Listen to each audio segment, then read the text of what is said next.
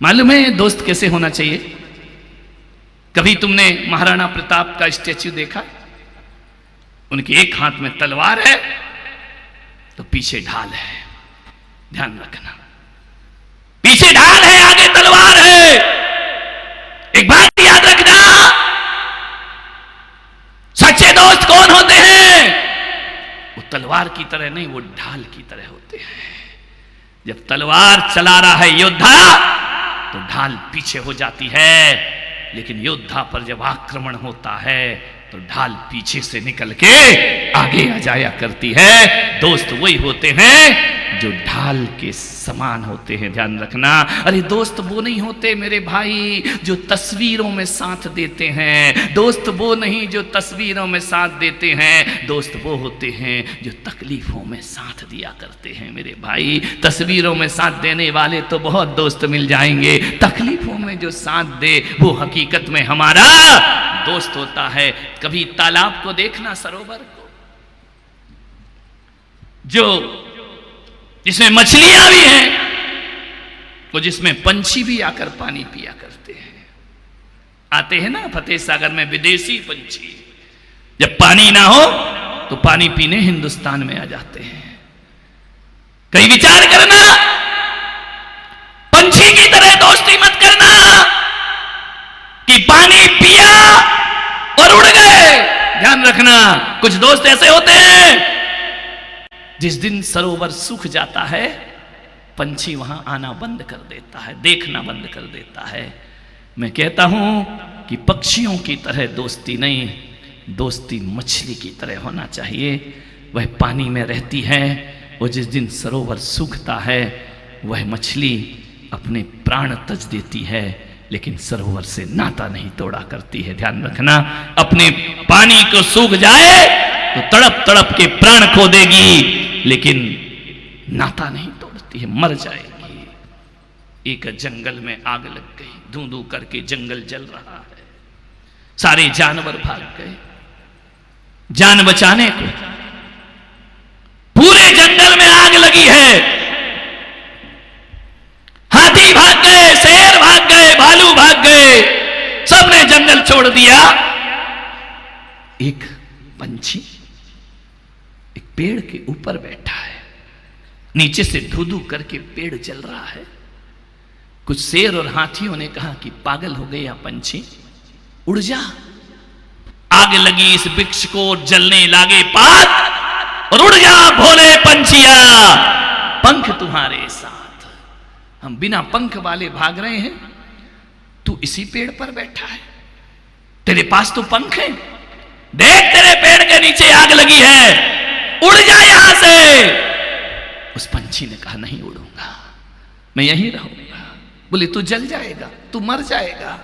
बोले कोई बात नहीं, मैं इस पेड़ को छोड़ के कभी नहीं जा सकता हूं। अरे बोले पागल मत बन, तेरा जीवन समाप्त हो जाएगा। मालूम उस पंछी ने क्या कहा? पंछी ने क्या कि फल खाए इस वृक्ष के, फल खाए इस वृक्ष के और गंदे कीने पात। अब यही हमारा धर्म है, मैं जलूंगा इसके साथ। याद रखना है, यही हमारा धर्म है, मैं जलूंगा। आज मेरे पेड़ पे कष्ट पड़ा है, उस पेड़ ने जीवन भर मेरी सहायता की है, मीठे मीठे फल दिए हैं मुझे। मैंने उस पेड़ पर घोंसला बनाया, इसके पत्तों को गंदा किया है। जिस पेड़ ने मुसीबत में मेरा साथ दिया, आज मैं उस पेड़ को छोड़कर चला जाऊं? नहीं, अब यही हमारा धर्म है, मैं जलूंगा इसके साथ, मैं इसके साथ ही रहूंगा। मेरे भाई, मैं छोड़ करके नहीं जाऊंगा। दोस्ती इतनी आसान नहीं होती है, दोस्ती बहुत कठिन होती है और दोस्ती बहुत सरल होती है। मान्यवर, आपसे निवेदन करने जा रहा हूं, आपसे यही आग्रह करने जा रहा हूं, दोस्ती को समझना। दोस्त कौन है? एक दोस्त वो है कि आप कहते हैं वो सुनता है, हम कहें वो सुने। वो कौन है? दोस्त है। वो कहे हम सुने, हम अच्छे दोस्त हैं। ना वो कहे ना हम सुने, बिना बोले भी जो भावनाओं को समझ जाता है वो सच्चा दोस्त हुआ करता है, ध्यान रखना है। बोलने की जरूरत ही क्या है। मान्यवर, एक मैं लड़कियों से, बेटियों से कहूंगा, हर किसी की दोस्ती के झांसे में मत पड़ जाना। आज हर बेटी बाहर जाके पढ़ती है, हॉस्टल में पढ़ती है, माँ बाप चिंता करते हैं।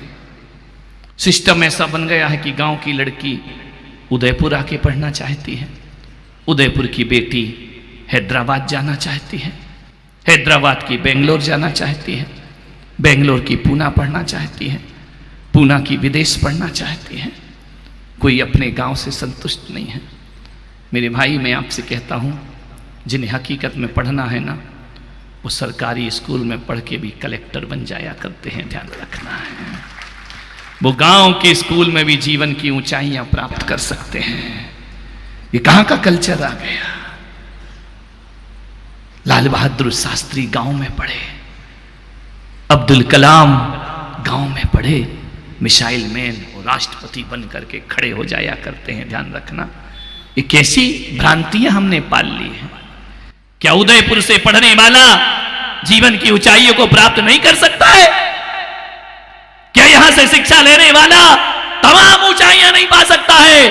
सुनीता विलियम्स, कल्पना चावला, ये बहुत बड़े शहरों में नहीं पढ़ी है, गांव में पढ़ी है, ध्यान रखना। आपसे निवेदन है मेरा, मैं आपसे आग्रह कर रहा हूं, आज बेटियों के हालात बहुत तकलीफ वाले हैं। माँ बाप को, माँ बाप यदि उन्हें कंट्रोल में रखें तो कहा जाता है पुराने युग में जी रहे हो, 21वीं सदी में नहीं जीते हो।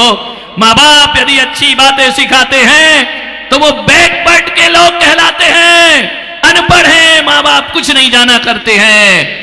मेरे भाई, आपसे मैं निवेदन और आग्रह कर रहा हूं, बेटियां ऐसी होना चाहिए। बेटियों को ध्यान रखिए मान्यवर, जीवन की ऊंचाइयों को पाने के लिए बड़े बड़े शहरों की जरूरत नहीं हुआ करती है।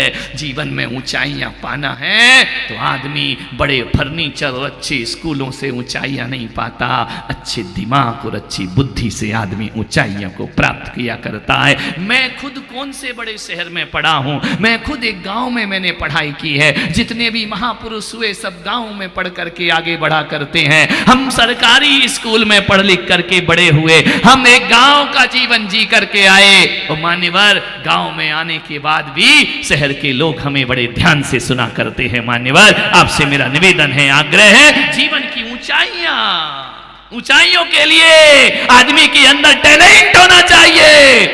वरना बच्चे जाते हैं पढ़ने के लिए, आवारागर्दी करके लौट के वापिस आ जाते हैं।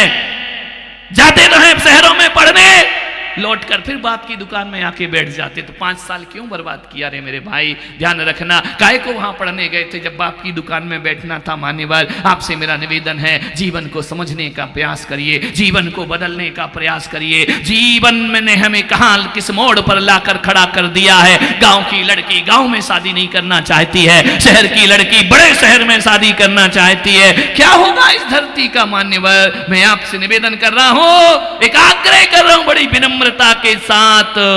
मान्यवर, नहीं, जीवन इतना आसान नहीं है जितना तुम समझते हो। मान्यवर, बेटियों से कहूंगा, गोरी चमड़ी और एक बाइक और एक महंगी कार और एक स्मार्टफोन देखकर किसी से दोस्ती मत कर बैठना जिंदगी में, ध्यान रखना।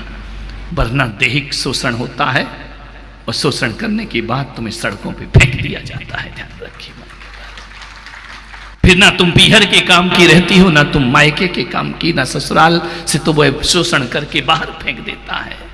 ऐसी बेटियां जिन्हें उठा उठा करके ले गए, प्रेम जाल में लड़कों ने फंसा करके ले जाते हैं विदेश, वो देह व्यापार में लगा दिया करते हैं। ध्यान रखिए, हर किसी को अपना दोस्त मत बना लेना जिंदगी में, ध्यान रखना। सोचना है आपको, विचार करना है।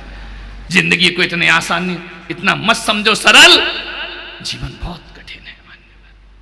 एक निवेदन है मेरा आपसे, एक लड़की इंदौर में पढ़ती थी, मेरा छात्रावास था वहां, बाहर से आई, इंदौर में पढ़ रही है। पढ़ते पढ़ते एक लड़के से उसकी दोस्ती हो गई। दोस्ती कि उसके साथ घूमती आती जाती, जब कहे तब बाइक तैयार, बीमार हो तो डॉक्टर ले आता। बेटियों से मैं निवेदन करूंगा, कोई लड़का यदि अनावश्यक हमदर्दी दिखाए तो समझना उसमें तुम्हारी नीयत में उसकी खोट है। ध्यान रखिए, इतनी आत्मीयता क्यों दिखा रहा है वो तुम्हारे लिए, इतना तुम्हारे लिए क्यों सेवा कर रहा? कोई सेवा वाले नहीं है दुनिया में। विचार करना है आपको। तुम प्रवचनों पर रोक लगाते हो, तुम धर्म को अनावश्यक खर्च कहते हो, वैलेंटाइन डे को अनावश्यक नहीं कहते हो। गरबा के नाम पर जो बेटियों के साथ खिलवाड़ होता है, नवरात्रि आती है कि उपासना करो, देवी मां की साधना करो, तपस्या करो, नहीं हम गरबा खेलते हैं। ध्यान रखना है क्या होता है फिर उनके साथ। ये स्वतंत्रता है, इसको स्वतंत्रता कहेंगे। मान्यवर, आपसे मेरा निवेदन है बड़ी विनम्रता के साथ, मैं ऐसा नहीं है कि बेटियों को दोयम दर्जा दे रहा हूं, मैं ऐसा नहीं है कि बेटियों की स्वतंत्रता का हनन करना सिखा रहा हूं, मैं ऐसा नहीं है कि बेटियों को पीछे ढकेल रहा हूं। नहीं, नारी का सम्मान तो पुरुष से बढ़कर के होना चाहिए। जीवन में नारी तो चरित्र की मूर्ति होती है, नारी लक्ष्मी का रूप होती है, नारी सरस्वती का रूप हुआ करती है। लेकिन आज की नारियों से, बेटियों से मैं कह रहा हूं कि वक्त पड़ जाए तो हे लक्ष्मी, हे सरस्वती, कोई तुम्हारी इज्जत पर भी हाथ डालने की कोशिश करे तो रणचंडी महिषासुर मर्दनी बनकर भी खड़ी हो जाना चाहिए। चूड़ी वाले हाथ तलवार पकड़ लेना चाहिए। ध्यान रखना है मान्यवर, आपसे निवेदन है। बेटी बाजार जाती है, बेटी स्कूल जाती है, बेटी ट्यूशन जाती है, मम्मी फोन करती है, बेटा तूने खाना खा लिया, बेटा तू स्कूल पहुंच गई, बेटा तू ट्यूशन में पहुंच गई। बेटी को गुस्सा आता है, मम्मी कितना फोन करती हो, कितना मैसेज करती हो, कितनी बार पूछती हो। एक बाप कहता है बेटी तू कहाँ है। मान्यवर, एक बात ध्यान रखना, उस माँ को ना तुम्हारे खाने से मतलब है ना तुम्हारे पहुंचने से। माँ तो फोन करके ये जानना चाहती है मेरी बेटी सही सलामत है या नहीं है, मेरी बेटी जिंदा है या नहीं है। मान्यवर, बसों में जाती है और लौट कर नहीं आ पाती है, ऐसा हालात हो रहे हैं। निर्भया जैसे कांड होते हैं। एक बेटी बाहर जाती है, माँ का सीना धक धक धक धक धड़कता रहता है। अब और तो और छोड़ो, बाहर की बात छोड़ो, घर के नौकरों पर भी विश्वास नहीं रह गया है मेरे भाई। और नौकरों को तो छोड़ो, अब तो सगे रिश्तेदारों पर भी विश्वास नहीं रह गया है। कितना कठिन है एक बेटी के जीवन को संवारना। मान्यवर, बहुत मुश्किल का काम है। एक बेटी पालने का मतलब होता है हथेली पे अंगार रखना। ध्यान रखना है क्या माहौल है देश के। ट्रेन में जाती है, लौट के आए इसकी कोई गारंटी नहीं। स्कूल जाती है, डॉक्टर बनी रहती है। क्या हालात हुए उस डॉक्टर के, कैसे बेरहमी से उसे मार दिया गया इस धरती पर। ध्यान रखना, निर्भया जैसे कांड होते हैं इस धरती पर। हम कहते हैं हमारा विकास हो रहा है, मोटर गाड़ी का विकास हो रहा है, इंसानियत का तो विनाश हो रहा है। मान्यवर, खड़े खड़े लोग देखते रहते हैं, सड़कों पर बेआबरू कर दिया जाता है हमारी बेटियों को। उड़ाने वाली गाड़ियां आते जाते देखती रहती है, कोई नहीं बोलता है। मान्यवर, आप सोचिए हम किस मोड़ पर आकर खड़े हैं देश के। हिंदू मुस्लिम को लड़ते रहो, इनका विकास कौन करेगा मेरे भाई। फालतू के मुद्दे लेकर मत आओ समाज में, देश में। मान्यवर, कोई सुरक्षित नहीं है। बेटियों के साथ क्या होता है, क्या होता है। निर्भया कांड हुआ इस देश में, कैंडल मार्च कर दिया, अदालत में चले गए। जिसकी बेटी जाती है ना, उस माँ बाप से पूछना उसके जीवन में क्या गुजरता है, क्या होगा। उसे फांसी भी चढ़ा दोगे तो क्या होगा, उम्र कैद भी दे दोगे तो क्या होगा। जिसकी बेटी गई उसके साथ बेरहमी से, जैसे क्रूरता से मारा गया। भाई, आपसे निवेदन है, विचार करो। ये वही उदयपुर है जहां एक दर्जी को खुलेआम दिन दहाड़े सर से धड़ अलग कर दिया जाता है। क्या होता है इस देश में, क्या हुआ उसका। 2 दिन आंसू बहाए, 2 दिन क्रांति जग गई, 2 दिन खून खौल गया, उसके बाद सब ठंडा पड़ गया। मान्यवर, आपसे निवेदन है मेरा, मैं किसी पे आक्षेप नहीं लगा रहा हूं, मैं किसी का विद्रोह नहीं कर रहा हूं, लेकिन हमारे देश के हालात क्या हैं। उसको इस मंच पर लाने का, वैचारिक मंच पे लाने का प्रयास कर रहा हूं। बेटियों को फैशन है कि बाहर जाके पढ़ो, मेरा कोई विरोध नहीं है, आप बहुत आगे बढ़ो, 21वीं सदी में इतने आगे बढ़ो। हमारी बेटियों ने तरक्की की है, हमारे देश में महिला राष्ट्रपति भी बनती है, महिला प्रधानमंत्री भी बनती है, हमारे देश में महिला अंतरिक्ष यात्री भी बना करती है, हमारे देश में महिलाएं सेना पर भी जाने लगी हैं, हमारे देश में महिलाएं स्वावलंबी बन चुकी हैं। ध्यान रखना है मान्यवर। लेकिन एक निवेदन मेरा है, उस लड़की की दोस्ती हो गई। इंदौर की घटना है, दोस्ती हो जाती है। एक दिन लड़का कहता है मैं तुझसे शादी करना चाहता हूं। लड़की के पैरों तले जमीन खिसक गई। उसने कहा नहीं, क्या बोल रहे हो, शादी? अरे मैंने तो तुमसे दोस्ती की है, मैंने शादी आदि का कोई ख्याल नहीं आया मेरे मन में। उसने कहा तू पागल हो रही है क्या, 4 साल से हम दोस्त हैं। ध्यान रखना, 4 साल तक उस लड़के की नीयत समझ में नहीं आई। उस लड़की को अब समझ आई, मैं तुमसे शादी करूंगा। वो संस्कारित बेटी थी। उसने कहा कि मैं तुमसे शादी नहीं कर सकती हूं, हम तुम एक अच्छे दोस्त हैं, जीवन भर रहेंगे, लेकिन हमारी तुम्हारी शादी नहीं हो सकती है, मैं एक अच्छे घर की लड़की हूं। उसने कहा अच्छे घर की लड़की है तू शादी नहीं करेगी क्या? बोले करूंगी, जहां मेरे मां बाप कराएंगे वहां मैं शादी करूंगी।